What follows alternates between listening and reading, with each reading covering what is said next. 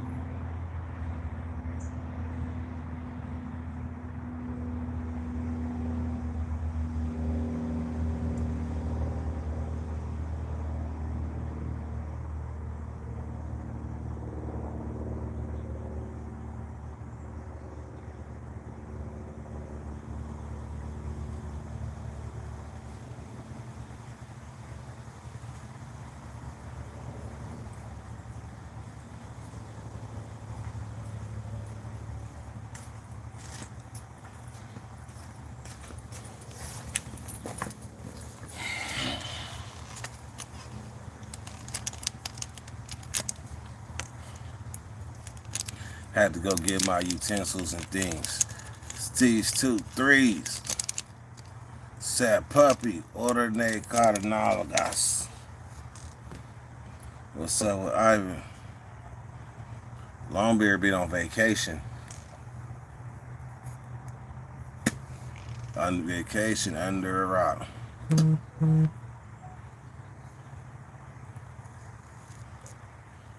Don't sweat the technique. This is my Mexican American hat.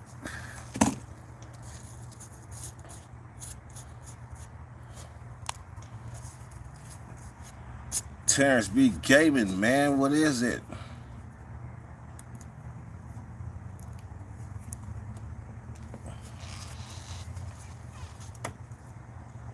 Man, what is y'all smoking out there? Some of y'all got big EDD money, so y'all smoking the most exotic weeds y'all smoked in your life. Is that a cat named Scamper? It is. There's been a Scamper sighting. Oh, DJ Vlad on the high seas. I seen that. But I always felt something was wrong with Vlad though. I was one of the ones. Like I was like, hell no. This nigga sound too much like the police with the questions that he be asking motherfuckers. It's like an interrogation. I'm not sure exactly what they said about him though. But I do know this. Just off top from what I was scheming, what I was sliding through on YouTube, what I seen. That shit is finally coming out. It's motherfuckers that wasn't doing interviews with him because they couldn't, because they knew the truth. So he blackballed motherfuckers.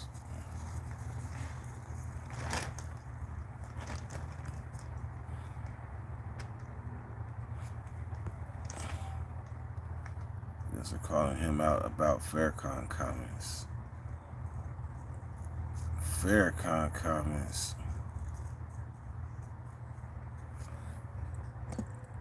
Well, shit. What did he say? Damn. See, if I was in the spot, I'd put that shit up. I'm curious. What did he say? Bacchio. Straight. Gaius. Philly. Vinny Paez, a lyrical monster. Where's Vinny from?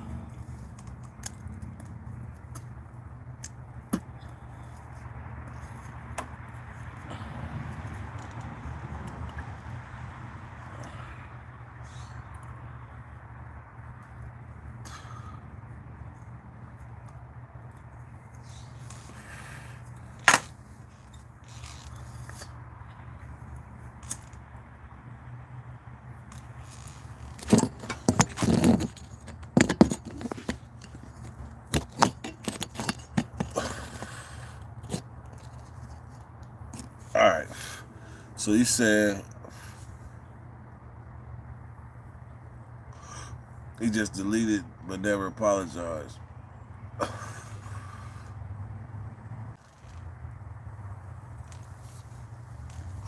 Bullets Gotti Show. What's happening, man? Salute. Say it ain't on me, it's in me. So that's what. So that brings me to what this is about. So I was talking to JD earlier, JD Rutherford, and he said something that I predicted a year ago. I was like, man, that prison genre is gonna be dead. That shit is gonna die, and then you're gonna see the people that don't got original ideas is gonna drown. I said that a year ago. Droops, no. That's why I stopped. That's why I got on the I'm Not a Prison channel. Because I've been seeing it coming. That's why I went solo. But as soon as he said that, I said no. The genre's not dead. It's just dried up. And it's coming down to what's in you. It's just dried up to these ideas to if it ain't in you, if what you doing is not in you, shit, you gonna panic. And you're gonna say things like the prison genre is dead. When in fact, that's not true. There's a whole nother realm of prison channels, just like Big Hurt got me started. And then I got to a certain point. There's other people that we inspired that's growing, and they growing fast. They growing fast, so it ain't dead. Just then shifted to other areas.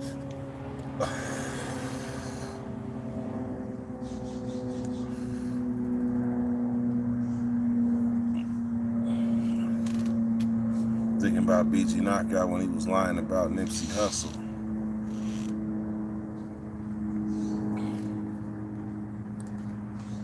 Lion Prison Channel's getting dry as fuck.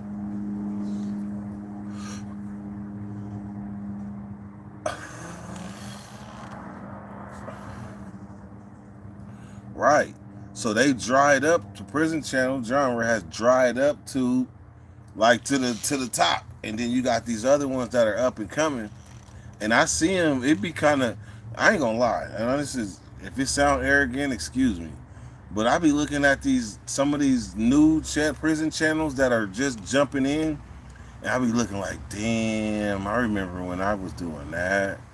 I remember when I did that. I remember when I said that. Then I realized quick, there ain't no more original ideas. So then it becomes to what's in you. If it ain't all, you ain't faking, you ain't acting, and it's in you, then you don't panic. They told me, man, I've been at 5,000 and something subscribers for hella long after hitting 6,000. Y'all remember that? We hit 6,000 subscribers, and they knocked us all the way back down to 5,200, and it's been a grind. But I ain't even paid attention to the grind, and I never paid attention to the subs like that. Because I was talking to the subs and interacting, being me, when I had 100 subs. So what's the difference from 100 to 6,000? It's all the same. I've talked to everybody. My favorite strand is probably GMO right now.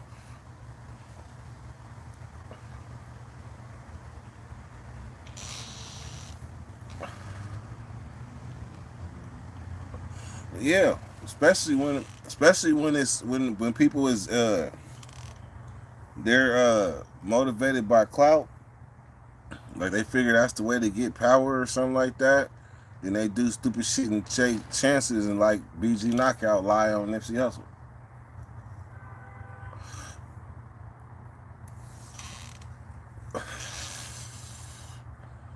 After he did.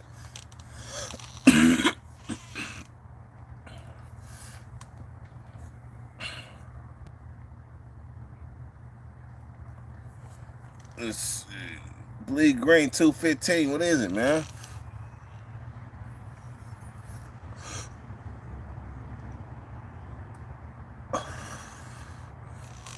Let's see, George. Let's see who said that.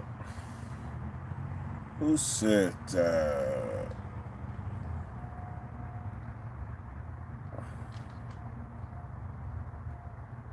Ivan the Great.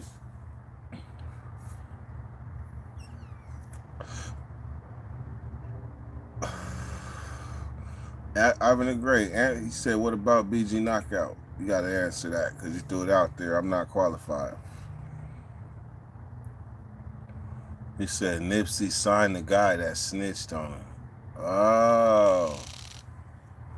You know what? And it's some real shit. Sometimes in life, motherfuckers do shit or say shit that they just can't take back. It probably ain't no harm or no foul, but they can't take it back. And I ain't gonna lie. That Big U interview on that Big U interview with Vlad, check this out. And this is some real shit. Y'all know I ain't gonna say nothing that ain't no, that's some bullshit. Y'all seen first of all, who's seen the Big U Vlad interview? Who's seen it?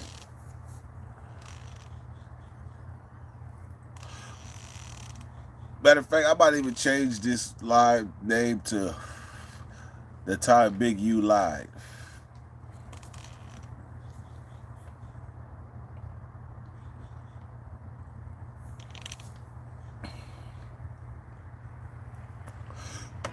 Big U was behind a lot of big name Crips in LA in the early days of like Crip music when it was rising. And Big U is he's a big fixture in the industry right now.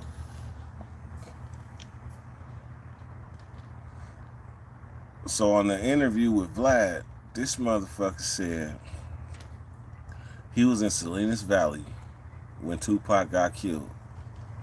And the homie hit him on a cell phone and told him Pac got killed the night Pac got killed. That was a bold-faced ass lie. There was no phones in Salinas Valley, not at all. It was barely phones on the streets. In 1996, I had a flip phone. A flip phone, cell phone, chip clone phone. And the reception was hella bad. They barely allowed COs in the prisons with cell phones back then. They were saying that the inmates were gonna steal phones from the COs and call their peoples and shit and orchestrate escapes. So in '96, they wasn't even cell phones coming in prison like that. And then I hit Salinas Valley. And I was in there for 8 years. 8 years. 8 years. Cell phones didn't come until the 2000s. Pac died in '96. That was a bold-faced ass lie. So sometimes people tell some bullshit to get ahead. And I myself, I am not immune from that. Cause y'all already know, I went on national television and told a bold-faced ass lie. Bold-faced lie.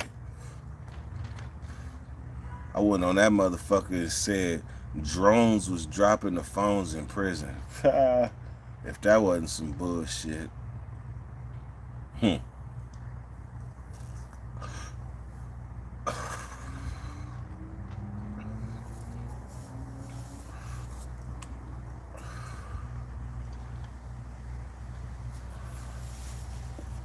What is the highest standard of living you've seen an MA have? The highest standard of living, I gotta say, rest in peace. It gotta be John from West Oakland. John from West Oakland, we called him John Gotti. That motherfucker talk about change the weather. When that motherfucker hit the yard, well, before he hit the yard, ounces was going for 200. No, ounces was going for damn near $400 for an ounce of weed. When this motherfucker hit the yard, ounces was going. Motherfuckers couldn't even sell no weed because he had changed the atmosphere so much, and everything was just so plentiful. This motherfucker was eating dinner, eating fast food Wendy's in the office with the captain of the yard. This motherfucker hit the yard within like 2 weeks, changed everything. Every road led to him. This motherfucker had a birthday party. He had a birthday party in his building that occupied like 4 cells, and everybody that he fucked with was invited from the whole yard. Like all you had to do was go to the door and be like, "I fuck with John John. I'm here for the John John party," and the police let you right in. And he had a room for the heroin snorters. He had a room for the for the weed smokers. He had a drink room. He had probably some other shit going on in another room I didn't even know. But that motherfucking party. And then when it was yard recall, they was like, "All right, everybody, time to go home." I was like, shit. And he was fucking one of the COs. So yeah. And he had 2 women coming to visit him. He was married to both of them somehow. But they were sisters. He had 2 women and they were sisters, and he fucked with them both. And they was both coming to see him at the same damn time. Yeah. Talk about standards. He fucked me up. I ain't gonna lie, he fucked me up because shit, I had never seen one. But even though it was early on in my prison time, I had never seen like one person with like that much power. It was so much power that that eventually the yard turned on him. Well, not the yard, but people that was hating on him eventually turned on him, and it ended up in a big ass riot between the Bay and the Bloods, where the Bloods went after him, and his homies from the Bay, protected him as best they could. But hella people got stabbed up and everything. That shit was ugly. That shit was so ugly. Matter of fact,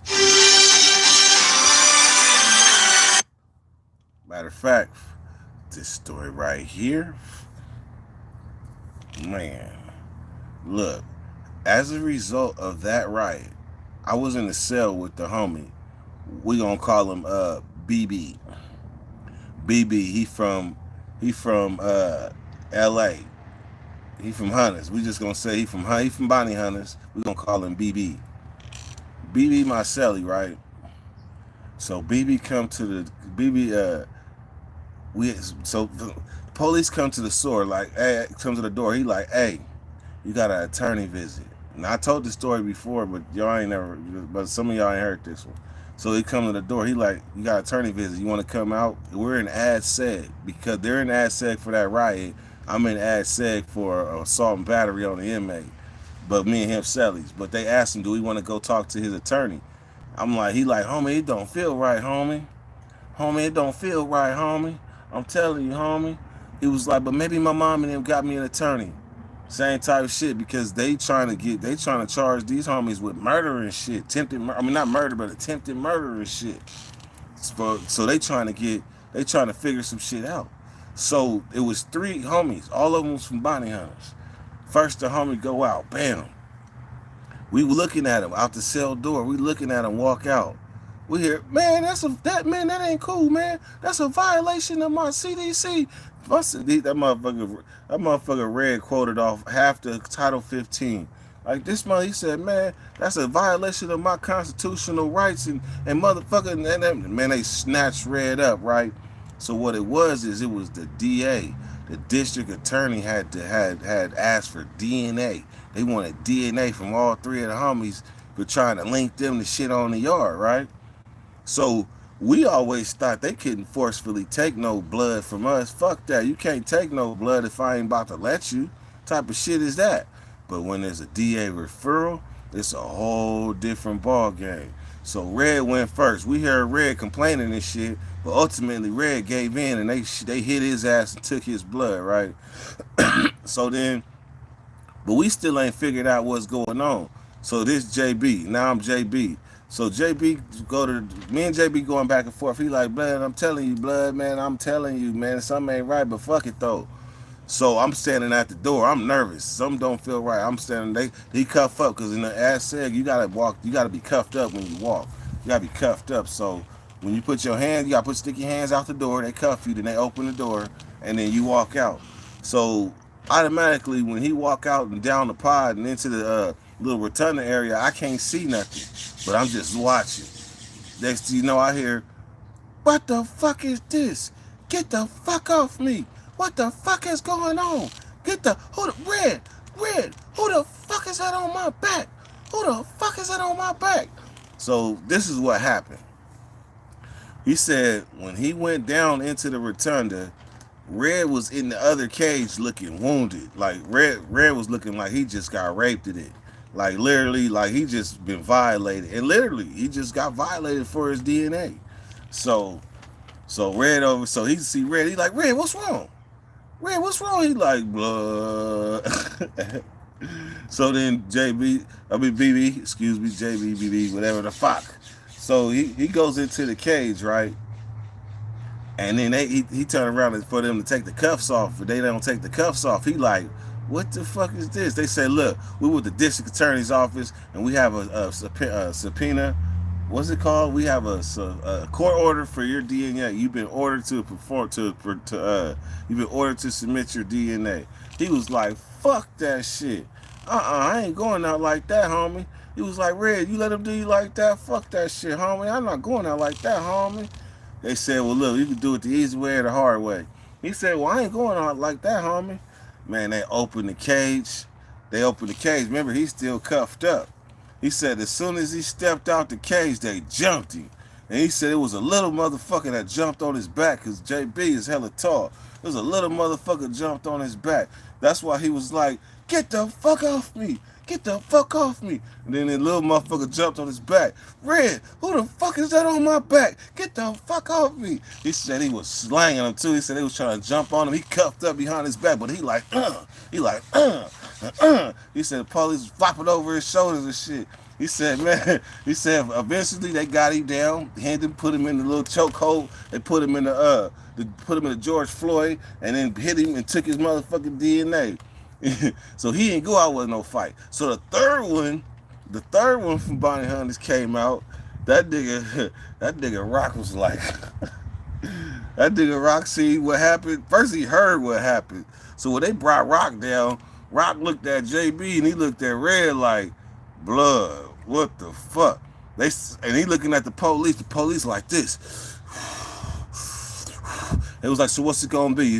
What's it gonna be? Is you fighting too, or what's up? What's up? Is you fighting or what?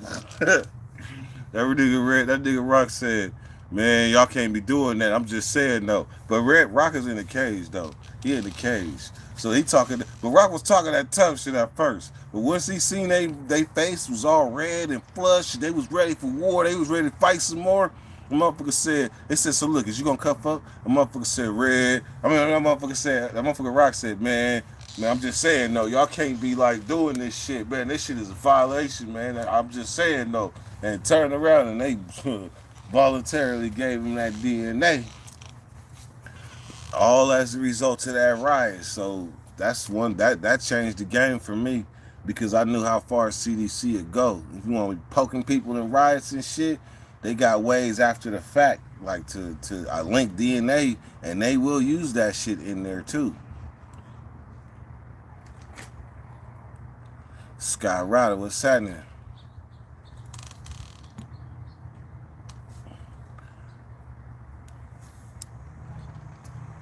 Finland. What's the craziest food you seen an image manage to get? Oh, the craziest food you seen an inmate manage to get? I seen the homie. I remember the homie girl. She used to bring him plates in the visiting room. Like she had that shit. She had like the motherfucking fried fish, the barbecue ribs. She had that shit wrapped up in cellophane, put wherever it was supposed to be put. So by the time she didn't got rid of all her shit that she didn't brought, home cooked meals and shit that she done brought the homie shit, they in the microwave.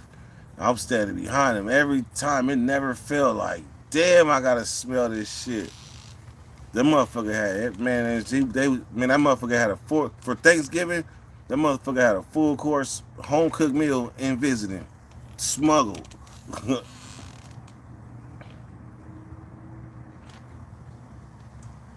He said, "How did Bay Cats program from the rich, Oakland, and 415?" First off, 415 is a 415 is a political group, so they function different from how Oakland and Richmond and Vallejo and shit. That's pretty much it. Oakland, Richmond, Vallejo, Frisco, and everything around. But how they function is the Frisco cats kind of be themselves, but they still be in the Bay Area. Oakland niggas, they be grimy, so they be at each other. So they kind of be in the area, but they be in their respective cliques.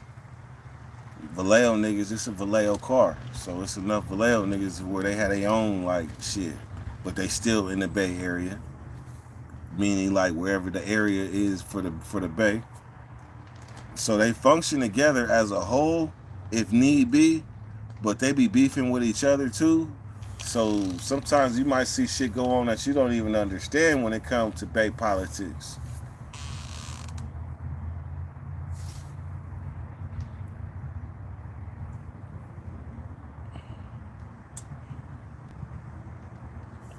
Oh yeah, yeah. But the Frisco niggas is different though. I will say that.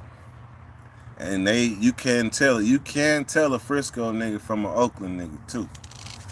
And you could tell an East Oakland nigga from a West Oakland nigga too. And you could damn near tell a South Pole or a North Pole from them two, from the East and the West. So the Bay is kind of hard. And then when they come together, they politics, they got the mob. And if the mob ain't never meant nothing, shit, I had a celly that was from the mob, that was from Vallejo.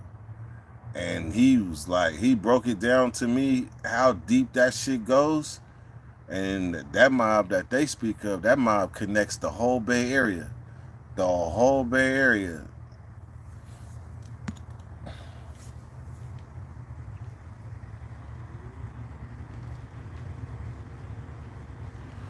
Shit, and you know what? The Bay done had some stories too. Like the Bay niggas done had some hella gangster shit go down. Bay niggas, you right. That's a good point. You don't hear a lot of Bay. Like I had one Bay dude on my channel. That's not right. I need to change that. Because I know hell of them. I know just as many Bay niggas probably from doing time as I do people from my own neighborhood.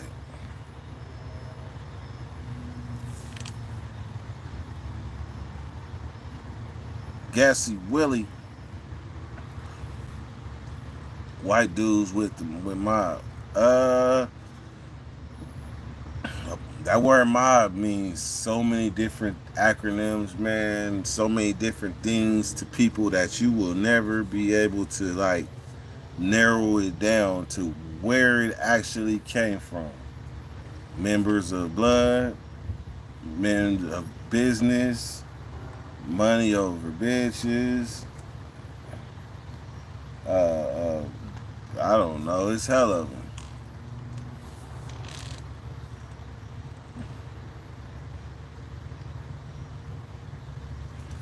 Man, it's a trip though. You would never know how different California was though until you get outside of California. So when I'm able to see in y'all eyes and in y'all statements like how different Cali is, I'd be like, damn, I didn't even realize we had it so fucked up. Like we was like y'all look at us like we fucked up in California prisons. Y'all look at us like we fucked up in California prisons, and I've been through some shit. But I look at y'all prisons like shit. Y'all prisons crazy as shit too. Electric suit, man. Good looking out. Good looking out. How much did you win on the trip? You use the bills instead of the receipt. Hey, and you know what? That shit works. That shit worked. Every time hey, look. Dirty's hat. Dirty's hat. He didn't gave the hat a name. Dirty's hat. It don't match my shirt. Hey, look. It's the spirit. It's the American spirit.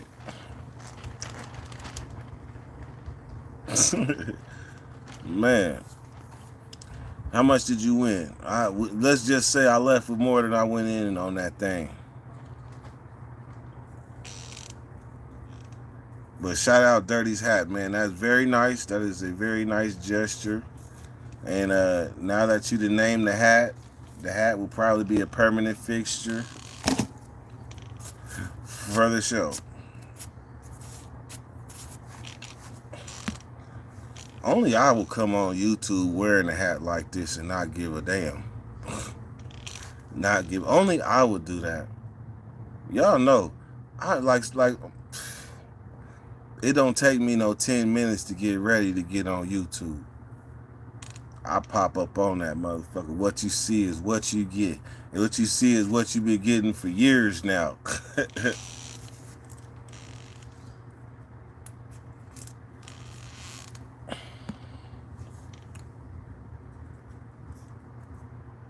Dirty's patio. The wind be turning me inside out. Dirty's patio. This is getting interesting. That takes a lot of time to make fake or to make profiles, period.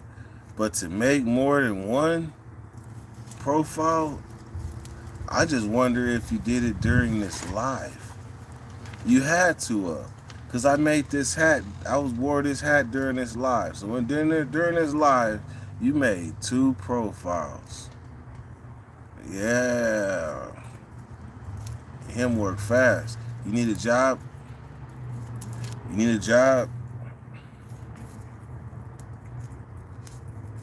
I need some YouTube help, for real.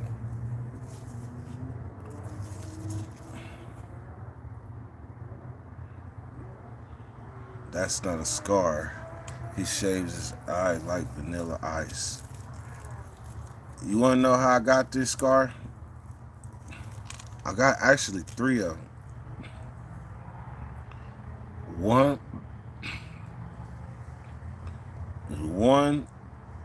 2, 3, 4. So my brow's been busted 4 times. One time I stabbed myself in the eye with a screwdriver trying to steal a car. Another time my celly hit me with a pillow from the back and my head hit the door. Another one, the white boy, man, that white boy rearranged me with his elbow pad, the white boy on rollerblades, snuck me from the back and split my shit. And then the other one, I forget how the other one happened. None of them happened from getting punched, though.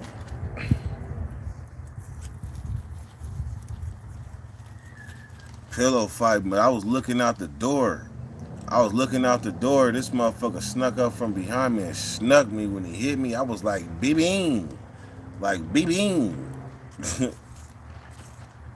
I was like, oh, nigga, you done made me bleed. You done made me bleed. He was he damn near got on his knees like, man, I am so sorry. I did not mean to do that shit. I'm sitting there with blood dripping on my, blood pouring out my eyes. We got over it though.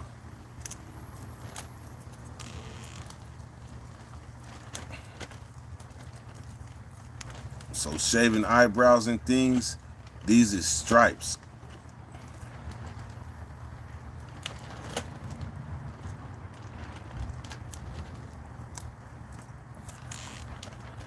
These are stripes of honor.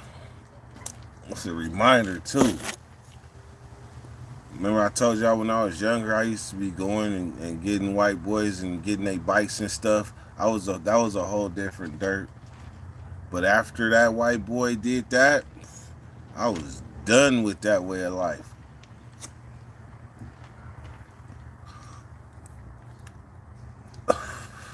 Then I got Kim. I gotta remember Kim who ate my knuckle. Then I gotta remember punching that window in Tracy. Then I gotta remember the white dude that was disrespecting the white girl, and I tried to play Captain Save-A-Ho and broke my shit. Then I gotta remember the Mexican that I fought in the classroom in high school where I punched the teacher on accident. But when I swung, used to have my thumbs out. I didn't know about tucking my thumbs. I had that motherfucker out. So when I swung, it hooked on to, like, it caught on his face or some shit. But that motherfucker broke.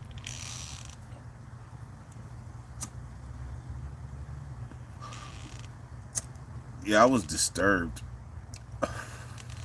I was a disturbed minor.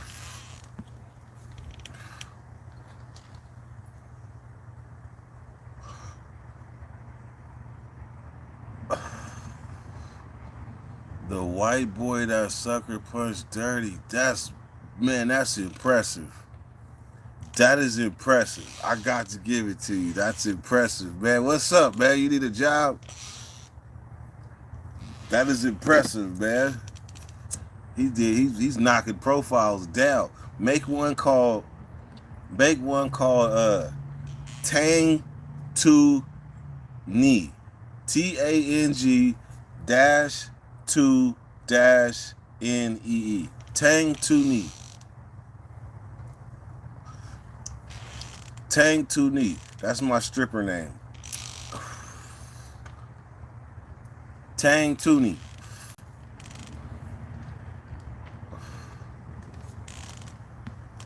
I'm watching the clock. I'm trying to see if you could do it before 40 minutes.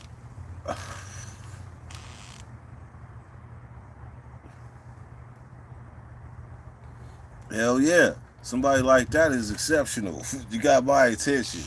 Tang to Knee. Look, that took how long? Less than a minute and a half. That's the fuck I'm talking about, man. Leave me a message. Leave me a message, please. In my Instagram, please. Your skills must be utilized. Your skill is extraordinary. Stonewall Gaston. He said, shit, we got a wizard. A whiz. He showed me how quick you can make a fake profile. Did y'all see that? And how easy it is. I didn't know. Shit. That's a power that could be used for good or bad. I choose to use it for good. Because that's somebody that understands technology more than dirty. So what's up, man? You up for the job?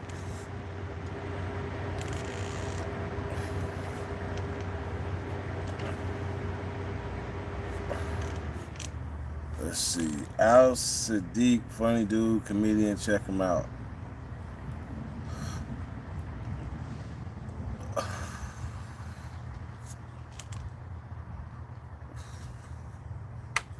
Let's see. I got fucked up about the Bay Area have big influence. Did the Bay have a bigger influence in the newer generation compared to how LA did in the 80s?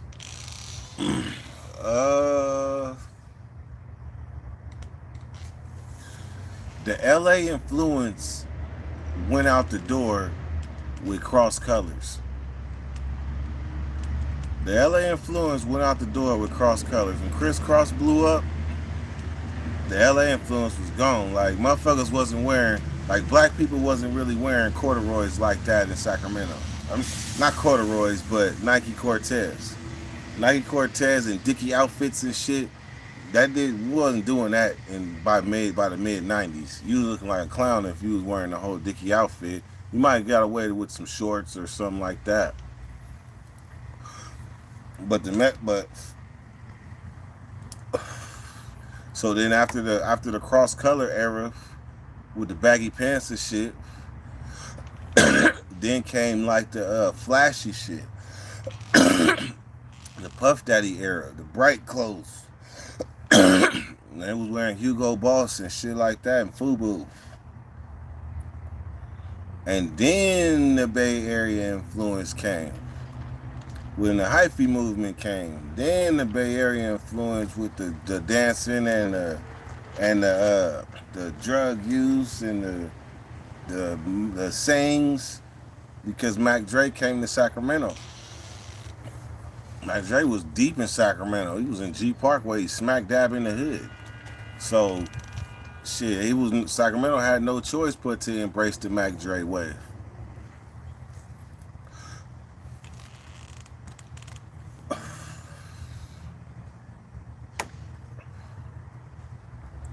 Dirty's weave. Tell us a story. Worst fight you ever seen?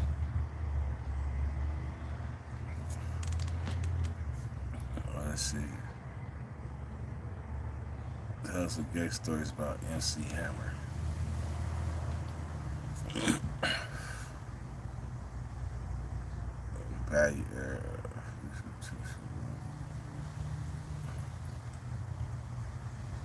The worst fight I've seen.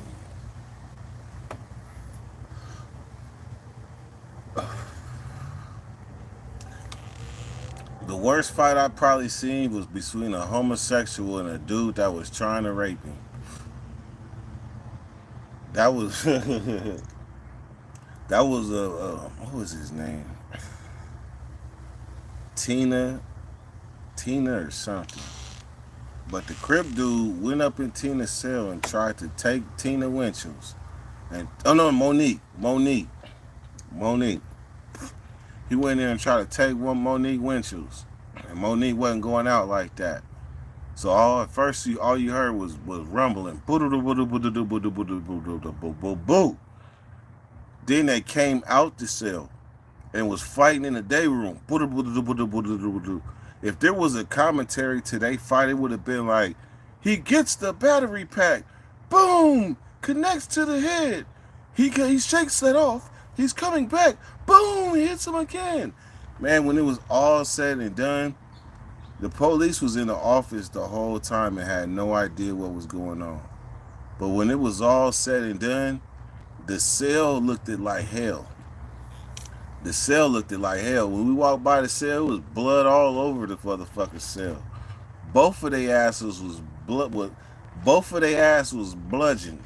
It was probably the worst fight I've seen, but at the same time, it was probably one of the most entertaining because both of these motherfuckers was evenly matched and they was taking turns getting the best of each other. Them the type of fights I like to see. I remember one.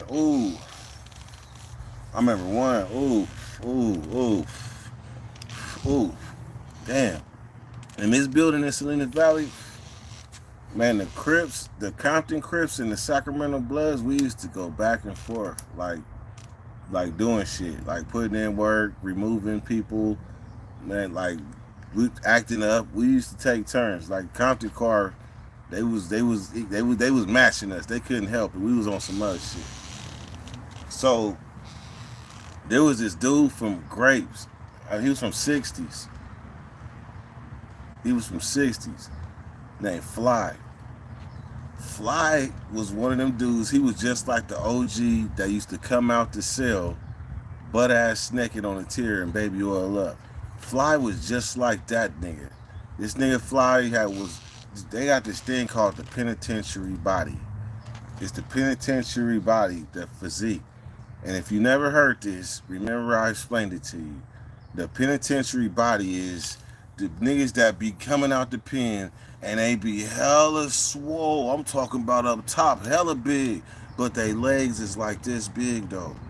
Like they legs be like this big, straight up. Like they didn't do no calves. They didn't do no squats. Only half their body ate the soup. Like the soup didn't make it to their legs. So they got but they strong as fuck. Like they strong as fuck. Like they upper half is like no joke. Upper half of their body is no joke. Then when they get down to like below the waist, they look like a teenager. So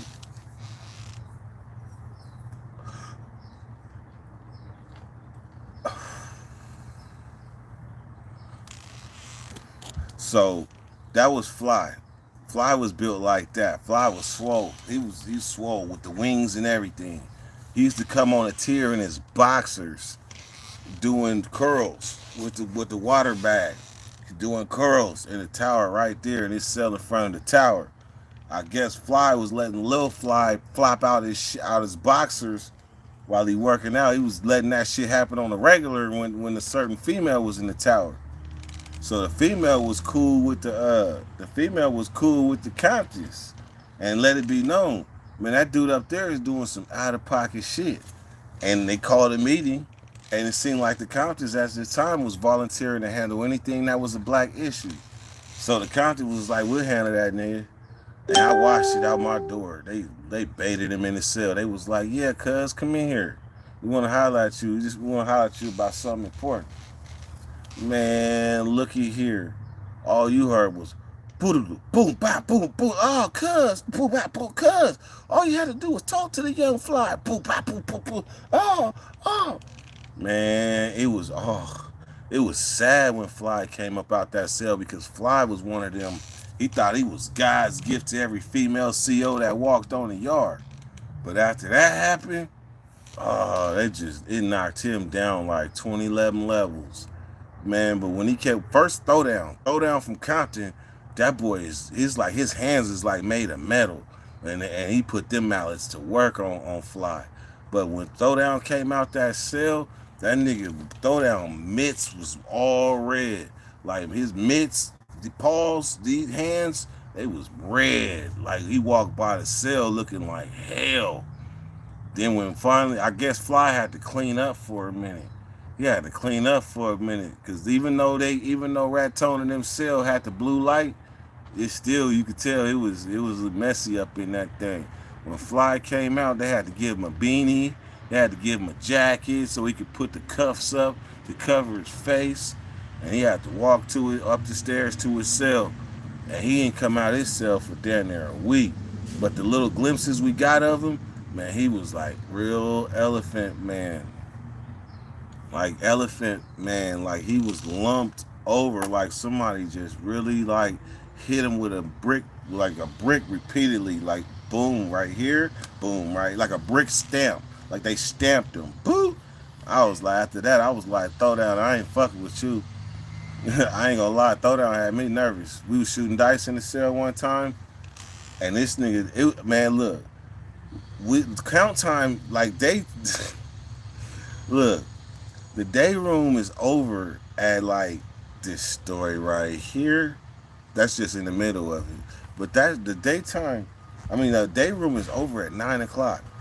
We shooting dice. Me and my celly shooting against the Comptons. Like this shit is intense. My celly talking shit. Earlier, my celly was shooting dice with Raton, and that nigga kept my celly, emotional ass celly, was like, what's going on? Some. He was like, blood. And Raton said, I ain't your blood. So I'm like, man, this shit getting crazy. So I leave out the cell and leave them two shooting. Next thing you know, Raton shoot out my cell and go to his cell and go get a knife and come back to my cell. I'm like, whoa, what the fuck? What's going on? So emotional ass celly got his knife. I'm standing in between them like, man, this shit crazy. So then they end up saying, they say what they piece, this on some gang banging shit. So we make our peace because Chaos is winning. He trying to quit. But Raton is like, fuck that. So they go back in the cell. Now we all shooting. It's about 5 people in the cell. Man, we did not hear him say that the day room was over, lock it up. We had no idea. It's like 9:30. The lights is out in the day room. And we in the cell still shooting dice. We still shoot dice. The police already had passed the cell and counted one time, but I guess he didn't look in the cell good enough to see it's 5 niggas in this cell shoot dice. So when the motherfucker was walking, he came, he looked in, stopped, walked back, looked. He said, "Oh hell no! This where these motherfuckers at? Open this door!" Boom, boom, boom. And look, we was so intense in this dice game that as the door opened and dude was talking shit, we was still trying to shoot the dice and still arguing over the money. We was still arguing over the money. So niggas was walking out of my cell talking about, nigga, you still owe me $5. Nigga, my point is still 6. My point is still 6.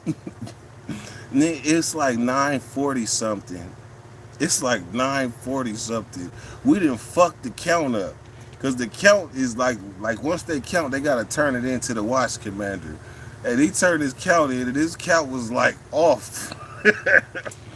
Oh man. And what happens when the count is off in prison? They shut it down and do an emergency count off top. That means everybody who's everywhere in every part of the prison gotta go back to their cell for a standing count if the count is off. So that's the importance of count time. And we fucked that motherfucker off. We was supposed to be in our cells and all that. I was in my cell, and they ain't write us up either. They ain't even write us up.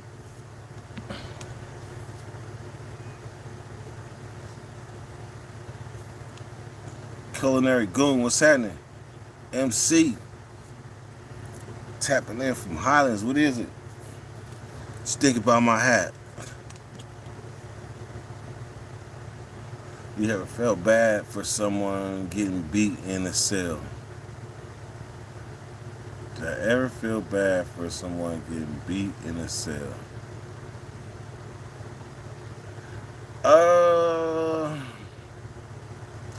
Yeah, I can say that living under dhunt was an OG with hands. And he beat up his cellie, and he beat up like 2-3 other people. But I remember he beat up Tiny Loco, and it was like he just repeatedly knocked Tiny Loco out. All we was hearing was, bow. Get up, nigga.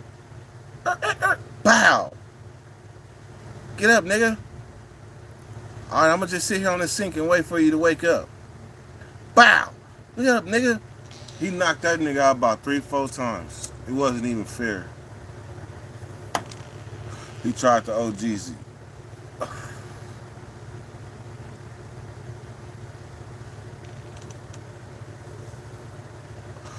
Johnson Jesus.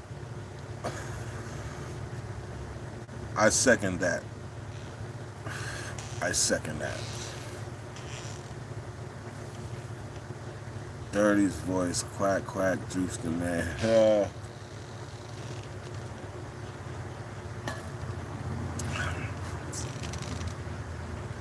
The finest CO.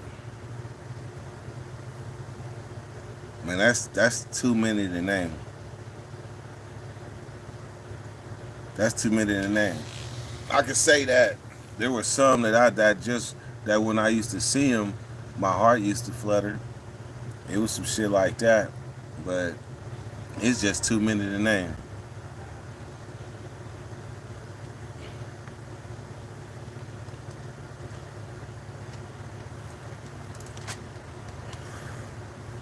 Yep, black ones too. Said my coworker had said. Said my coworker had said. You going fishing? I want to.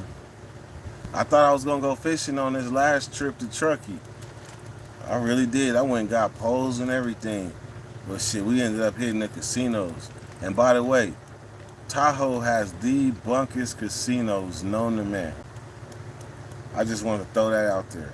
Tahoe has the bunkest casinos known to man.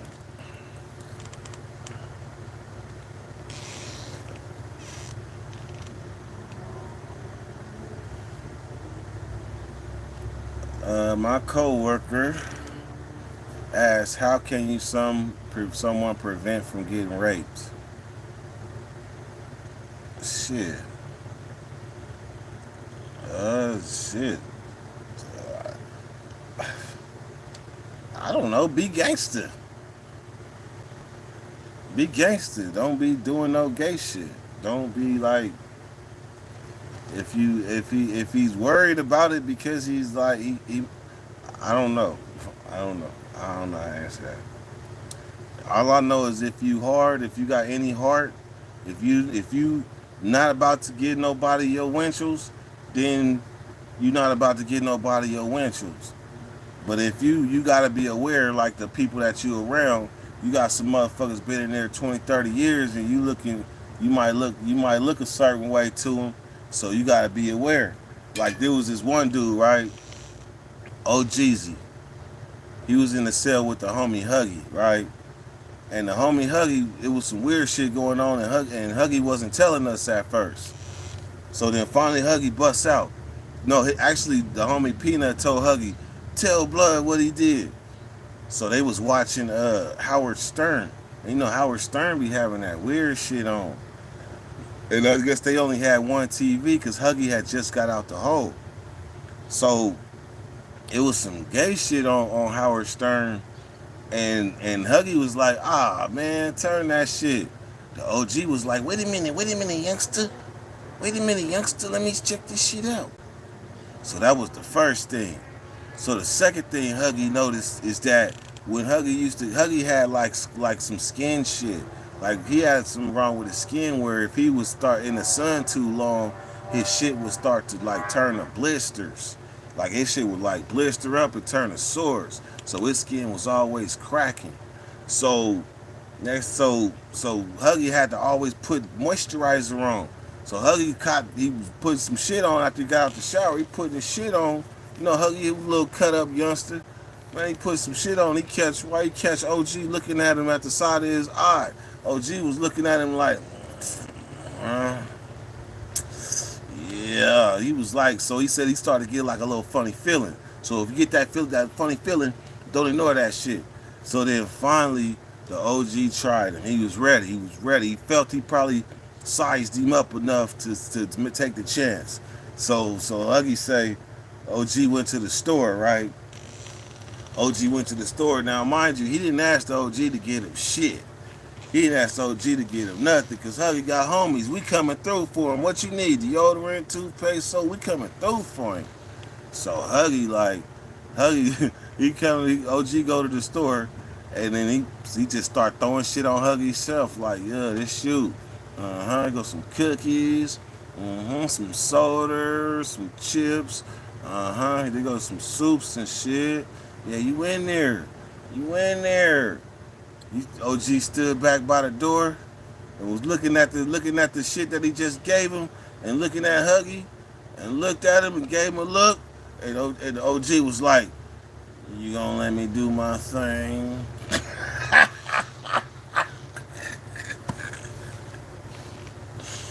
Oh shit.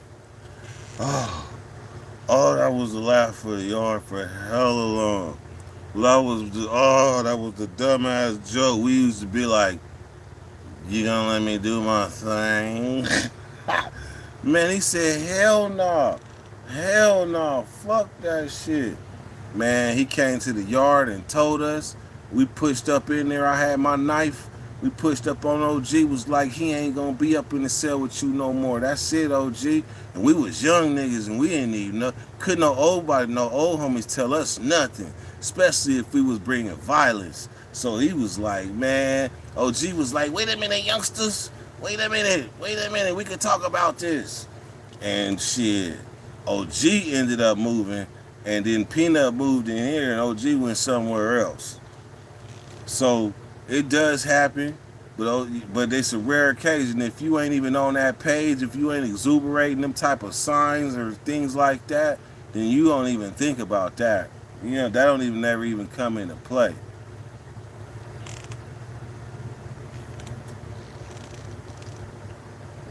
You gonna let me do my thing?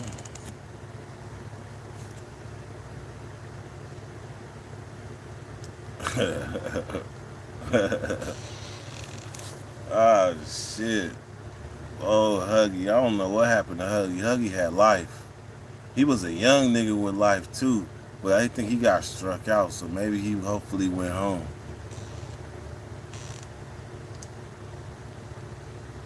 I remember my cousin told me this story, right?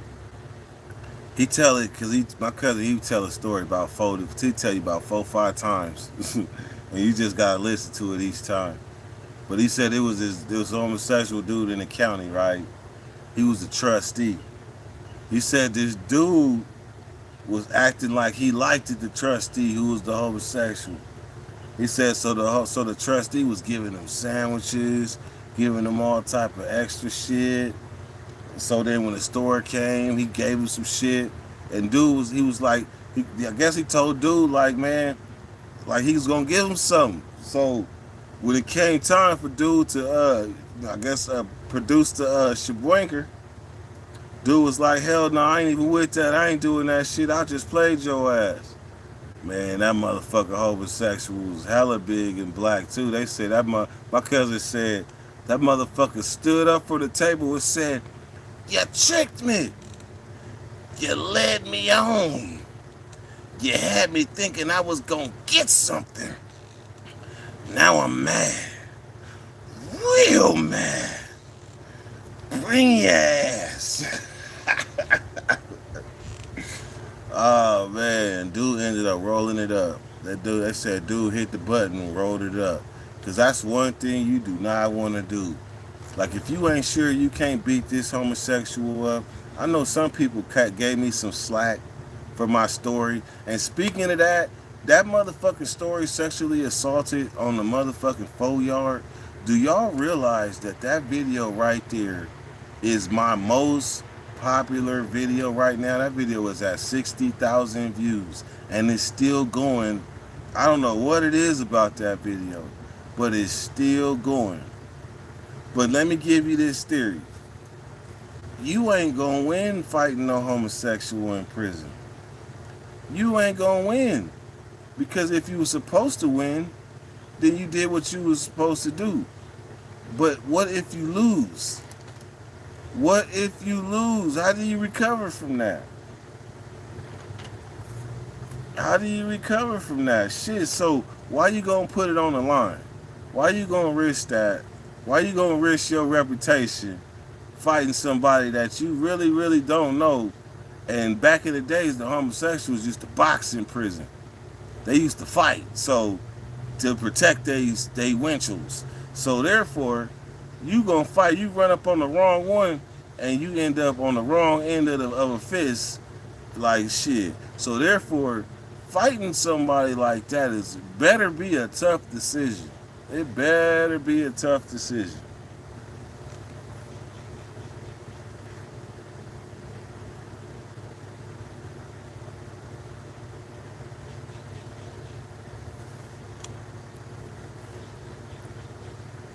Man, it's a lot of different type of predators in there. Don't just put it on one type of predator. It's a lot of different type of predators in prison. It's a lot of different type of predators in the world. But in prison, you can't just narrow it down and say it's one. Because there's different types. I'm going to give you a different type. I'm going to make you think and change altogether. Look, you got a motherfucker that he ain't got nobody looking out for him. And shit, he live off the land. So he got to eat. And he got to figure out ways to eat. So his hustle is borrowing from the homies. Borrowing from the homies or asking from the nice homies, let me get a soup, let me get a bar soda, let me get this, I ain't got nothing. Before you know it, they got a whole shelf of other people's shit that they damn near look like they went to the store.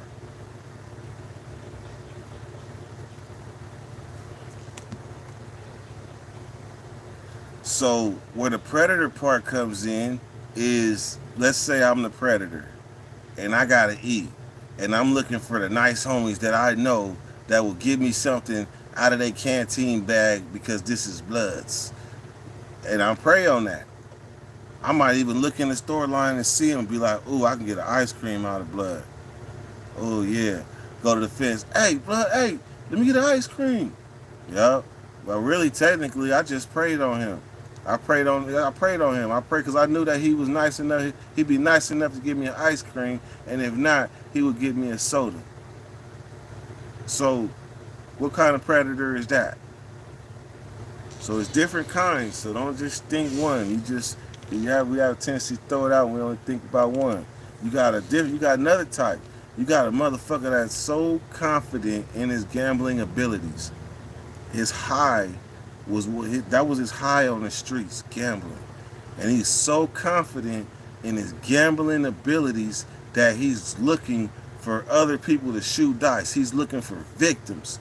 He's literally walking down the tier with his dice. Click it, click it, click it, click it. Click it, click it, click it, click it, click it, click it. You could damn near hear the Jaws music in the background. Click it, click it, click it, turn up. Click it, click it, click it, click it, turn up, turn up, turn up. Click it, click it, click it. And finally somebody say, you don't know nothing about them. You don't know nothing about them. Nigga, what they hitting for?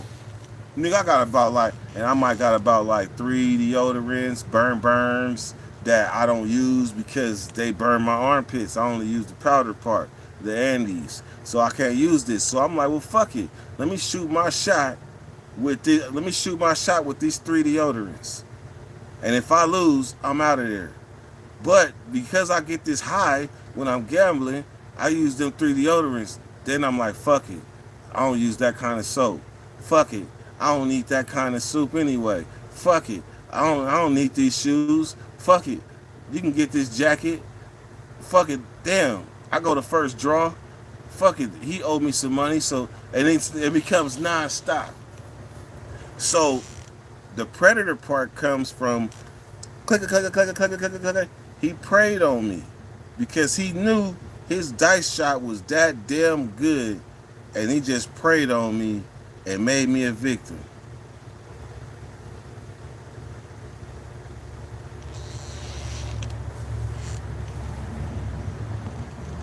Lots of manipulators. Lots of manipulators. Hell yeah. Addictions are worse in prison than on the outside. You know what? I remember I'm gonna debunk something real quick. I remember in juvenile hall when I was 17, one of the other dudes was like, he was like, his uncle told him that there's more drugs in prison than there is on the streets. He said that's what his uncle told him. So I took that mentality into prison, growing up in prison, and I kind of believe that to be true. Now, looking back, that's not true. It is not more drugs in prison than it is on the streets. Nowhere near. But you can get any drug you want in prison. I'll agree to that. But I ain't gonna agree to it's more in prison than it is on the streets. I'm gonna debunk that. Woo.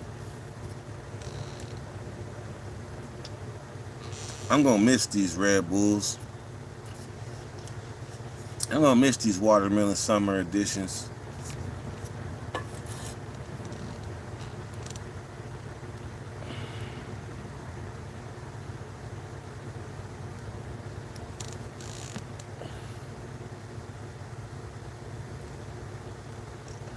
Only if you give a tutorial how to use it. You gotta show the right lube and stuff like you did the other time. You gotta make the finger go around in a circle. You gotta use the right lube this time, Longbeard. You can't use the other lube. It has to be KY. And make sure you twiddle your finger around.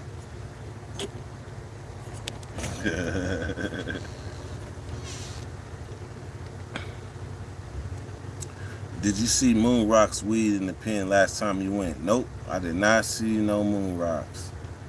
I probably only smoked Moon Rocks, even including the times that I smoked live with y'all.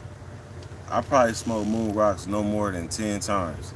Because once I stopped going to the flea markets, I lost the desire. Shit, because all of a sudden it looked like all of a sudden the prices at the flea market went through the roof. So it was like, well, shit, I might as well just go to the motherfucking dispensary. Shit.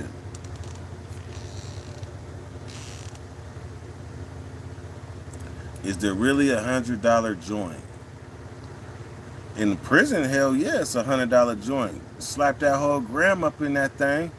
A whole gram out here in prison, that's $100 joint. A real street gram, that's $100 joint. A cap in the pen, this is a cap. This little bitty ass bud right here, I'll wrap this motherfucker in some plastic, and this right here is gonna be $5. This one right here, this nugget right there, that's a 10. Matter of fact, that's a $10 cap. That's a $10 cap right there. But in all actuality, all it is two little ass nuggets. This ain't even a gram. But that's like $20 worth of weed right there. That's hella soups.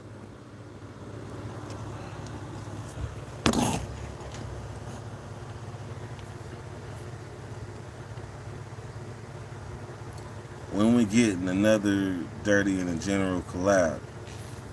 Oh shit, he ready. He ready. Shit, all I needed was y'all to request it. Who else do y'all want to see me bring back? He said that's like max 3. Even if it's Bammer. Even if it's Bammer. Because you got to remember, motherfuckers ain't trying to play them prices. You better sell your Bammer as the same shit.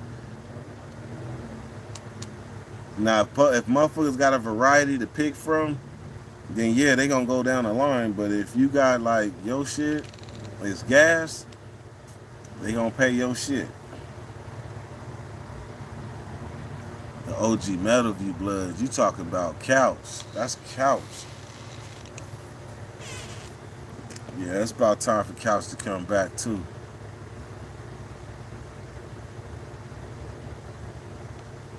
Did you know Monkey D from Dago? Yep, I know Monkey D.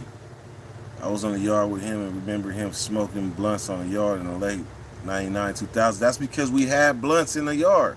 We got packages. We stopped getting packages in CDC December 31st, December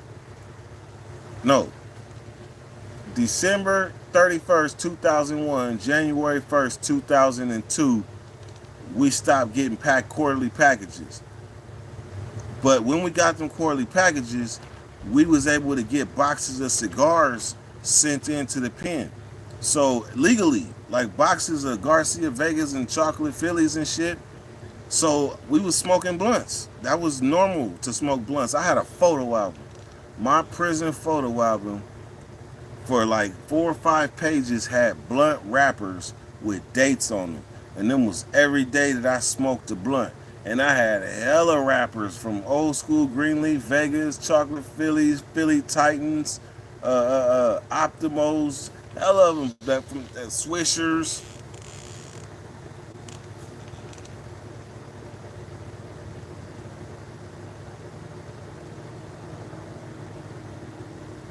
Monkey D, Monkey D, a prison legend.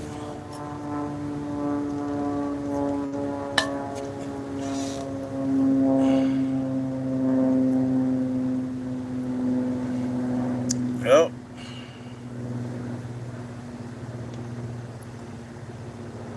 He said that's hella calendar.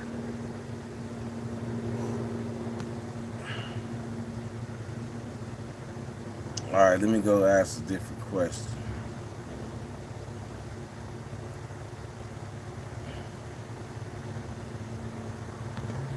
You gonna let me do my thing?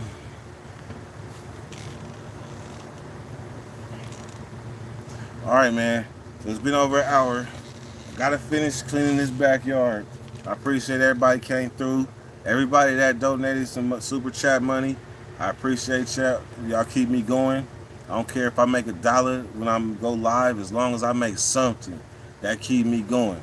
Cause I spend a lot of time, even if I'm not on YouTube, I still find myself talking YouTube business. So this shit does consume a big portion of my life. So anybody that contributes super chats, just know that I sincerely appreciate it. And today, I got a paycheck from YouTube for a whopping $194. So everybody that gave a super chat before in the last quarter, y'all help push my threshold because you have to make at least $100 before YouTube will pay you. So there was months where I would only make like $40, so that means I don't get paid, and then I gotta wait till the next month and hope that I make enough to get money back from YouTube. So last month I comfortably made a whopping $194, and it came today. So I want to thank y'all that helped push that over the threshold. I appreciate that very much. But now it's a new quarter, so we got to push that thing. So get used to seeing Dirty's hat and Dirty's blunts and Dirty's Nation. I love y'all. Appreciate y'all. Dirty Weather.